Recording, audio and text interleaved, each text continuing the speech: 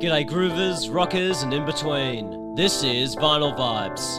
I'm your host, Jack Hodgins. Today we are kicking off our Vinyl Vibes Newcastle special. In this 8-part series I'm talking with a range of local rockers important to the Newcastle music story. Our first guest in this series is drummer of Tamam Shud, Dannie Davidson. Danny's first group was a local Newcastle band called The Strangers, which he helped form in Cooks Hill in 1962. With Danny on drums, The Strangers would go on to be Newcastle's top group of the early 60s. In 1964, The Strangers would become the first Newcastle band to have a single released nationally when their single, The Rip, came out. The band would leave for Sydney in 1965 and become The Sunset, where they would play more Beach Boy type music. In 1967, the band's music was changing yet again due to the influx of American sounds from the likes of the Doors and Jefferson Airplane, and so the band changed their name to Tamam Shud. Danny would play on Tamam Shud's first two iconic albums, Evolution and The Galutianites and The Real People. Danny shares with me in this first episode of this Vinyl Vibes Newcastle special how this local Newcastle group, The Strangers, went on to become the Oz rock icons, Tamam Shud. G'day Danny, and welcome to Vinyl Vibes. Hello, Jack. How are you? I'm good. And it's great to have you in person in the studio, I have to say. I wanted to begin this at the very beginning. I've read you were born in Newcastle in the 40s, but mainly grew up in King's Cross, Sydney. I mean, take me through those early years for you, yeah. I was born in Merriweather. All my family are from Cooks Hill. I was born in 1946. And then my mother and father split when I was about 2 or something, 2.5. And then my mother met this person. He lived in King's Cross, right opposite the fire station in a block of flats called Merton Hall. I went down there at about 2.5, 3 years old. I used to come home to Grandma at Cooks Hill every Christmas. I was sent off in the Flyer with a little tag on my shirt, and I got picked up at Newcastle Station. When I got to my grandmother's place, I had this old shoebox. I used to use that as the drum kit, and I'd use pots and pans, the usual story in that era. Yeah. Because there was no electronic drums. There was no drum shops. There was like nothing. I went to right through Darlinghurst Public School and then Paddington High School for the first year. Things went wrong in the relationship with my mother and my stepdad. So they sent me back to Grandma's and I finished my education at Newcastle Junior High. But my mother worked for Lee Gordon. So I got to see a lot of shows and my interest in music started, and I used to go to the stadium, the old stadium, and I saw Buddy Rich, I think it was 1954 or something like that. He came out and I was only 8-year-old or something, you know. But I can always remember him coming out into the middle of the boxing ring, as it was in them days. He put a matchbox on, it was on a stand, and he had 2 little matchsticks, and he did this single stroke roll, and they projected this light, and his shadow was all over the tin. Everything was dark, you know, except for this shadow. It was just unbelievable.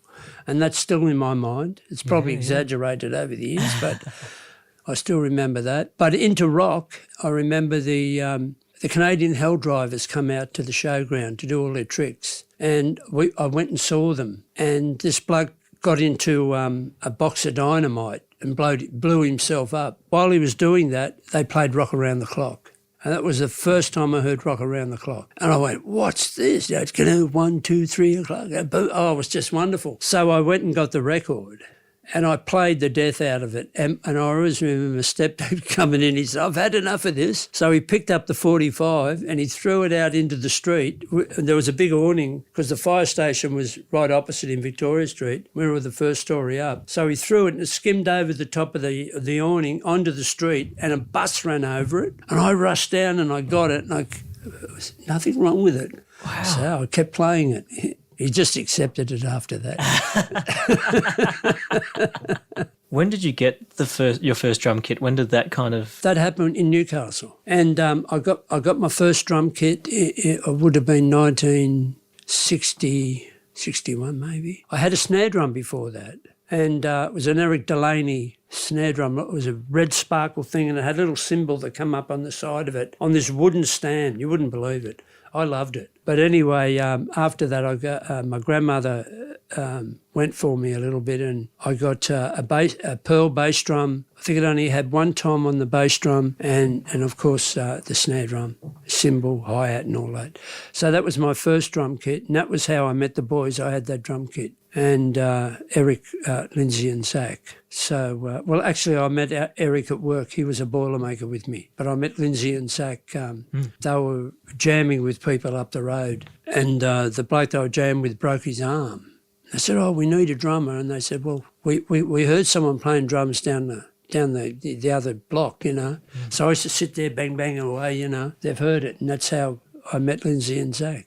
Because I think the first song you guys did, I read this on your website, The Savage by The Shadows. The Savage, couldn't believe it, because I was into I love the Shadows, the Ventures. I was at that stage where I was starting to listen to instrumental music, you know, and that was a big thing in them days. Yeah, yeah. I went up there and it was just Lindsay and Zach. They tried to catch me out. They said, okay, what about the Savage? You know, dun, dun, dun, dun. I said, yeah, fine, because I knew it. So, you know, did all the little drum breaks and everything in it. And they went, oh, you know, well, we were together for that moment onwards. And they said, we need a bass player. And I said, well, I know a bloke. I work with him, Eric. So then Eric came aboard, and that was how we formed The Strangers. Where did that name come from? Is there any particular... Shadows. Yeah, okay. The Stranger. Yeah, yeah. Like every other. And there was then what happened, there was a Strangers in Melbourne. Our manager was Reg Mason. Yeah. Oh, what a person he was. He was just a giant. I can't say enough about Reg. He was really responsible for all our careers, especially mine. I don't know what else to say. He was just a marvellous man.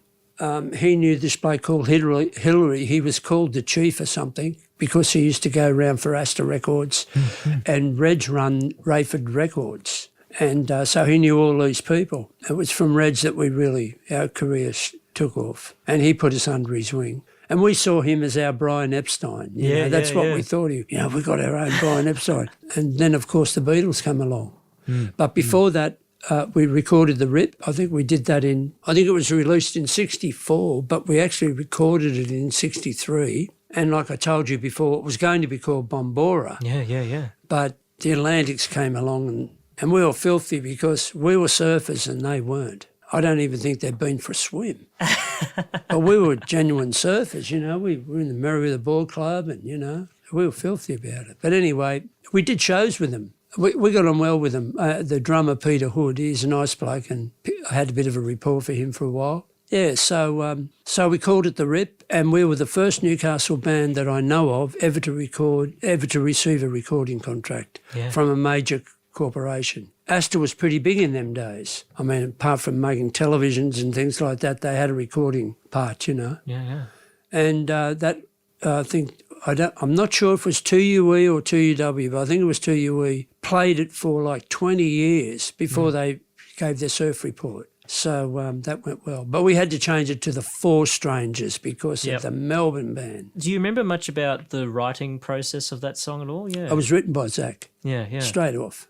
Lindsay and Zach had this thing together that they were, when the Beatles had just come out and it was McCartney and Lennon, you know how like they wrote their own stuff but put their names on it? Well, that was the go, you know, because Lindsay and Zach were a little duo really when I met them. Lindsay put his name on all of Zach's things. I think it was the first national record for a Newcastle band to ever have, which I think is amazing. I mean, how did that feel for you guys at the time? I mean... We felt on top of the world. Yeah. I mean... We were Newcastle's Beatles, so to speak. That's how it ended up. We get mobbed going down the street. We did shows where I remember there was one Saturday afternoon show we did at the store. Remember the old store? And they had a big loading bay underneath. Yeah. And they had a big concert there. They put us in a fire engine and they drove us up and down Hunter and Scott Street in them days.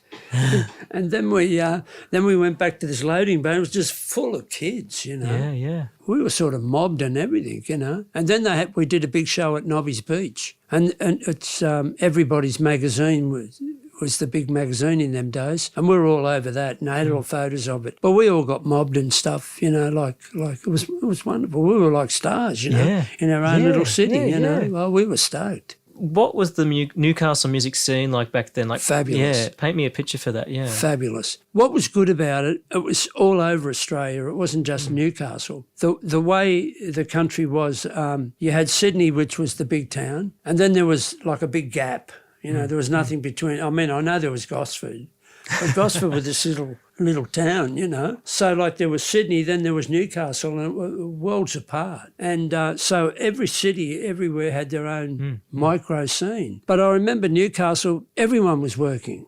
There was all genres playing. There was the club musicians, reading musicians backing us, doing the club things. There was the pub bands, which were trad jazz bands. Now, you've got to remember, bands like us, we didn't play in hotels. We worked in community halls. We worked at the Palais. We did stomps, and there was all this music going on everywhere. But we were lucky we had Reg on our side, and he pushed us in the right direction. Reg got us a recording contract with Festival Records, and we started we brought out a couple of songs under the title of The Four Strangers, and then we, of course, changed our name to The Sunsets, which was actually done, we got that name, that was from a radio competition on 2HD. Yeah, yeah. So we did get some support early from the local radio stations. Pat Barton was really good. Yeah. And I can't remember, Tony Maloney, he was Vince Maloney's uncle. I can't remember his first name, but he was 2HD, and they held a competition. And, of course, the Sunsets, and we said, that sounds good, surf name and everything, starting to do a lot of surfing stuff, you know. So, yeah, we accepted that name, and that's what we went to Sydney with, and we worked, we did a lot of work with Billy Thorpe and Ray Brown and all those at Surf City in Sydney and Star Club and Hawaiian Eye. And, of course, we moved down there and we did lots of dances in the suburbs and all that. Yeah, so that's sort of where it all went.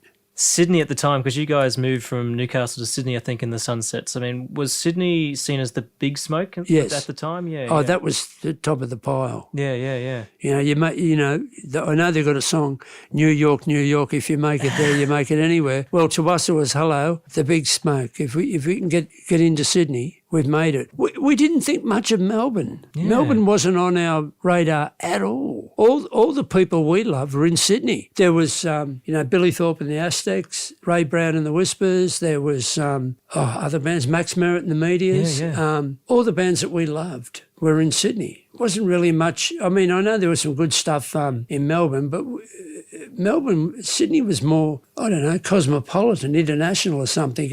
Melbourne was always poppy, like Normie Rowe and pop star stuff, Yeah. King of the Pop and of course Johnny Farnham before that, but, and there was other good singers, Johnny Chester and those people, but we didn't like them too much. I didn't mind Normie Rowe, but on the whole, it was mostly Sydney people. You know, Billy Thorpe in his day, he was fabulous. Yeah. And we got on really well with him. We toured with him.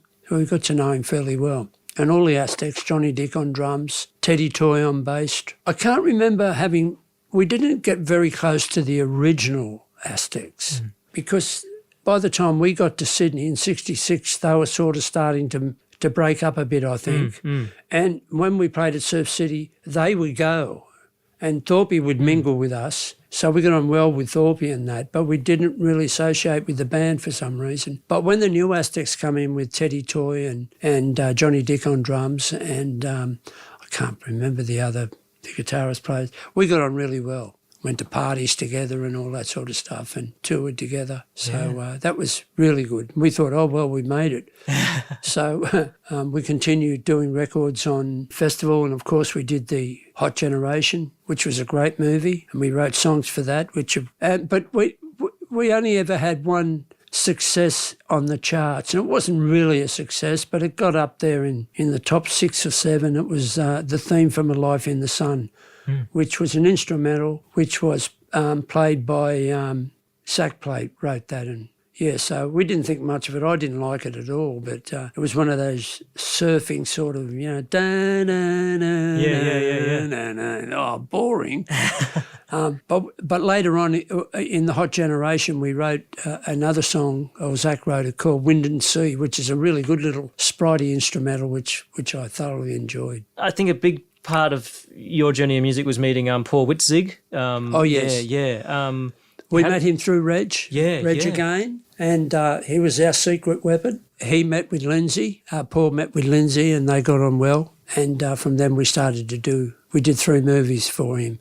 But we also did movies for the bloke who had the magazine for Surfing World, Bruce Brown or Bob Brown. I get mixed up. I remember going to a house in Whale Beach, and this big old-fashioned lounge room and recording gear set up, and we did the music in there for one or two of his movies. I've just forgot the names of them. Because in May of 67, I read this on your website, the Sunsets started doing a 3-month residency, I think, on the Gold Coast. At, Digby's. Digby's, yeah. And it seems like that was really important to the music evolution of the band. Yeah, That's right. And the place was full of R&R guys. You got to remember the Vietnam War was full blast, and all the Americans were out here with their, spending all their money and filling up all the clubs. And so we were at Digby's, and we had to change. Things changed up there. We started to change our music and our attitudes and everything like that. And that's when we really became Tamam Shud. And I remember we started to do not just 3 or 4 minute songs or whatever. We started to ad-lib. We just heard of people like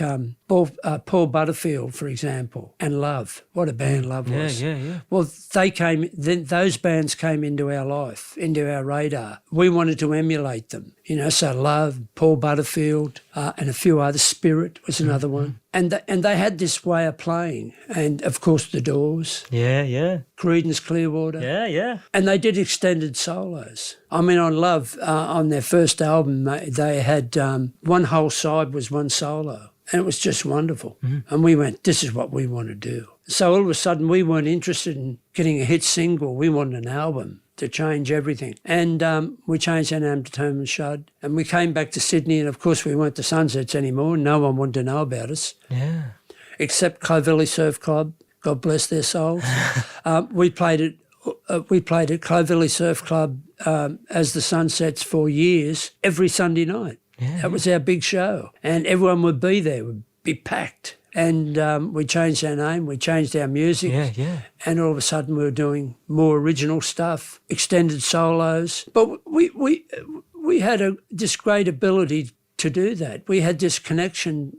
We got Eric had left for some reason. He just wasn't there one day. Didn't say goodbye to us or anything. He was just gone. Lindsay knew that Lindsay was living over at Manly. I was at Coogee, and I was still a member of the Coogee Board Riders Club. All good guys down there.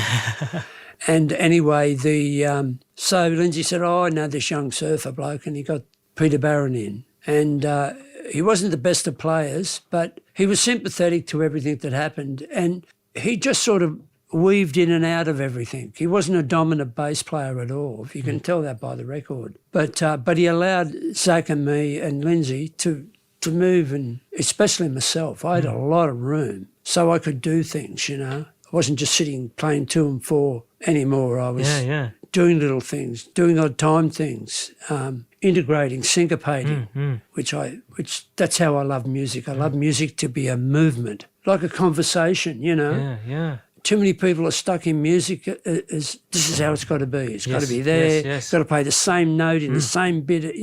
Give me a break. How long can you do that for? Yeah. Talk about being a one-trick pony. It just doesn't happen. You just got to be able to, play. You've got those wonderful musicians around, and you're talking to them through music, and that's really what it is. It's a language, and once you get on that language, once you understand it, you can go anywhere in the world as long as you can hear the count in. You're fine. You can go anywhere. It's a wonderful thing, music. I've read this on your website, I think, somewhere, that the band a lot of the gigs, the same songs you'd play differently each time. Every time. We never rehearsed. I can't really remember rehearsing. We may get together occasionally and do some things, or some ideas would come up, but everything was got out of those jams. That's what I was saying. The new songs that Lindsay would come up with come out of those jams. Zach would invent a riff or a chord thing, or we go into this movement. I mean, we could be doing a 4/4 thing and then go into a 3/4 thing. We just had this connection, this vibe amongst us that we knew what was going on. We didn't. I can never remember in any situation Lindsay turning around or Zach or Peter turning around and saying, "Don't do that." Don't wasn't a word that we had. It was, "Oh, come on, give me some more." What else have you got? It was more like that. What else can we do? Where can we take this? It was never, "Oh, don't do that. Play this." It was that never happened. Yeah. And that's why a lot of the animosity happened, because being teenagers and in our youth, all my youth was spent there. Finding that Tamam Shud sound, I mean, because it's different to the Sunsets. I mean, was that like a long process in finding that sound, or did you kind of just get it straight away, or like what was the process? Well, I think we were starting to move. If you remember, the last record we did with the Sunsets was called Love's Face, I think.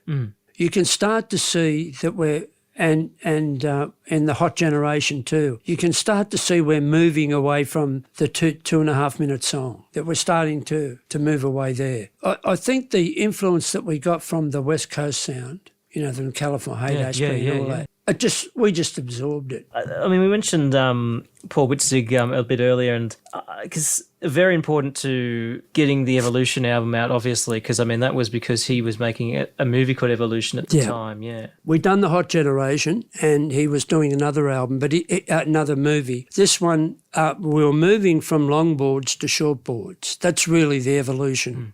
That was basically the story. So. He contacted us and he said, you know, I want you to do this stuff. And there was a friend of Paul Witzig's and a friend of ours called Kevin Platt. Now, Kevin Platt was instrumental in all of this. Now, Kevin Platt, his mother owned Platt Surfwear. Used to do all the board shorts and all that, lived at Brookvale. So he's from the North Shore like Paul Witzig. And, of course, we used to do all the shows for all the surfers. We'd play at the castle at Narrabeen or wherever it was, and all the top surfers. So we knew Nat Young and Bob McTavish, and we hung with them all, you know. So we were in that little crew. Anyway, the time came to do this movie. And he said, look, I don't want to do a movie where we have talking. Usual surf movies, they say, you know, like, oh, hello, here's Dave Jackman from Australia. He's out to prove that the shore break at Waimea Bay can be ridden. And then he'd go out and he'd get crashed, and then he'd try it again. And now we have Paul, you know, like there was always that sort of silliness in the talking through of the movies. He said, I just want it to be all music. We said, all music? He said, we just want you to play the music. He said, well, we better get a couple of other musicians. So we hired, what was his name from Tully? Anyway, Richard Lockwood on flute and sax, and what was the organist?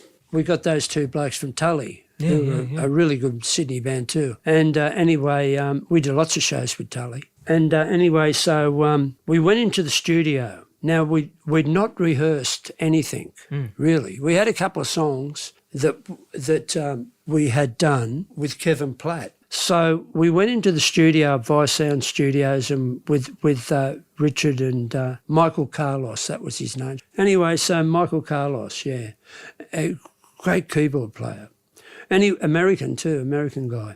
Anyway, so we all set up in the thing, and Paul brought in the proof and he showed it on the wall, and it was in black and white. So of course the sun's coming up and it's black and white and it's grainy. So we're off. And Richard's going, you know, this big sort of sound because it looked very aggressive. And we went right through the whole thing. Being in black and white was very aggressive. You know, we were playing along, and then we'd drop a song in, Evolution, and come in, and Lady Sunshine, and come in, and I'm No One, You're whatever. You know, we drop them in between watching these, and it was all jamming. It was really free fall playing, which of course I love doing all that stuff. So to drop down and I'd start a drum beat, or I'd start something, or someone else would start something, and gradually, you know, to suit all the different scenes that were happening. Quite exciting, really. Anyway, Paul gets it and he puts it to the movie, and he said, no, it didn't work, boys. You're going to have to go back and do it. He said, I'll send in the colour one this time. So we went back into the studio and we had to do it in colour. So, of course, a lovely sunrise, and this time it's the flute, little flute happening, and then a little bit of this, and gradually moving into it as the day moves, and then we, you know, start. So if you see the movie, you'll see all the different moods, and of course the colour made all the difference. And that was the one that went down, one take. And the deal was that we did the movie for free, so we wouldn't have any claims on any copyright of it, and they would give us an album. And we wanted an album because none of the big recording companies would have us. EMI, Festival, RCA, all those sort of people. They didn't want to know about us. We were too far. We were the underground, and they hadn't got on board yet. The underground, you know, like everything in the establishment, it takes a while for them to turn the ship, so to speak. So we were over here. We were the underground. They hadn't woken up to it yet. And we went into the studio and we tried to make it a studio album, you know, proper studio stuff, mics on every drum, all that sort of stuff. Just didn't work. Did not work. Didn't work for us at all. Yeah. So anyhow, we thought, what do we do? Why don't we just set up like we're going to do a live show, just a live concert. Yeah, yeah. So we brought all our gear in, PA in front and everything, and that's how the album was done. We started from me playing the hi-hat, little jazz thing there, imitating a train, Yeah, yeah, yeah. going along. And then that moved into Evolution, Yeah, yeah, yeah. the drumming phrase that went in. Now, all that was all me, but I didn't get credited for Yeah, it. yeah, or yeah, anything yeah, like that. That's the argument, you see. Yeah, yeah. So anyway, bam, bam, bam, bam, into Evolution, and then we went into all the other songs. The only dubbing that was done in that whole record, the vocals was done at the same time, everything. It was just like a live show. Was the train coming in at the start, and I think a door shutting at the end. That was the only things that were separate from actually the concert. So that's a completely live show, how we would have sounded live in them days. Yeah. Which is pretty good. Because my understanding was that you guys went in there, you did the surf thing, and then in the last hour you did the album, but that's not how it... No. Yeah. No, that was done a month later. Yeah. Or a couple of weeks later. Yeah, okay. Same time. Yeah, no, well, that's good that you clear that up.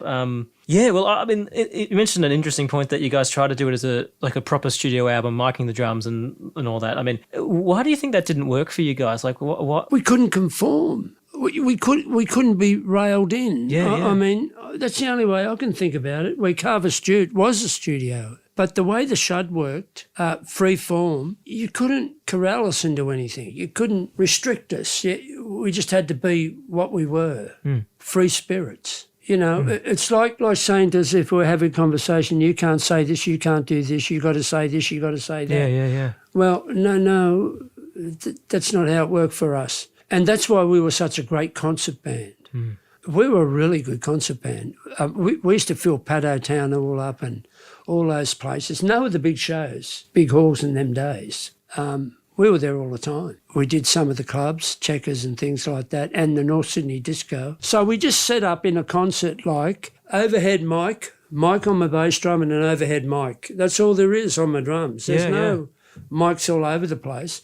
There was a mic in front of each amp and two vocal mics, with the vocals coming out of the two Leonard boxes that we used. Yeah. I mean, we didn't have massive big PAs in them days. It was before all this technology was really happening. And a drummer had to play loud. He had to play because the amplification was getting stronger, but they weren't miking the drums, not in them days. They only started miking drums around about the late 69 into 70 in this country. I don't know what they were doing overseas. So you had to have a technique of being able to really be able to play loud. So, you know, to hit the drums and to come off okay, because you can injure yourself.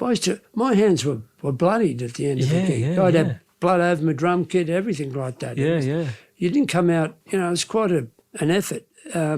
So if you're a mild, soft drummer in them days, you're in a bit of trouble if you're playing in a rock group or a group like ours. Jazz, fine, but in our sort of band, you had to. The LP did pretty well, the Evolution LP. I mean, that must have been great for you guys. Well, it got Ghost's Album of the Year, and there wasn't the APRA thing like there is now.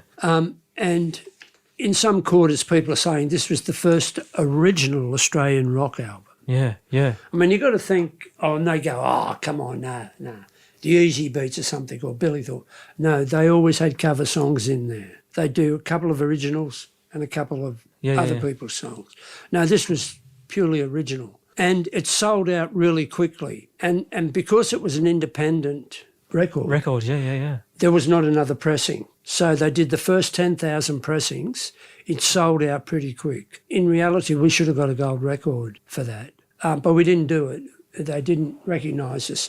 It was distributed by CBS. That was the deal Paul Witzig arranged. But because we owned it, we couldn't get another pressing of it. And there wasn't a master to do the pressing. Once they did the record, they used the master tape on something else. So we had a master tape, we could have repressed it, but we only had an album. So a lot of the CDs that you see that have come out in the black market, even later when it was re-released in New York, that was taken off a record. Yeah.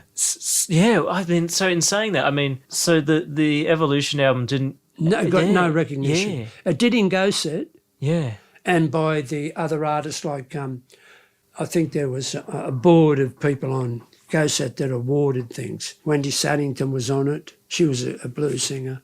A few other people. And we were awarded that is the best album of the year, yeah. Yeah. And of course, I mean, you mentioned how Evolution had come out by that point, obviously, and that album cover, like, do you remember where that Yes, that was done in Wild Beach. Yeah. Behind where Lindsay and they were renting a house out and at Wild Beach. And that was behind they had a swimming pool in it.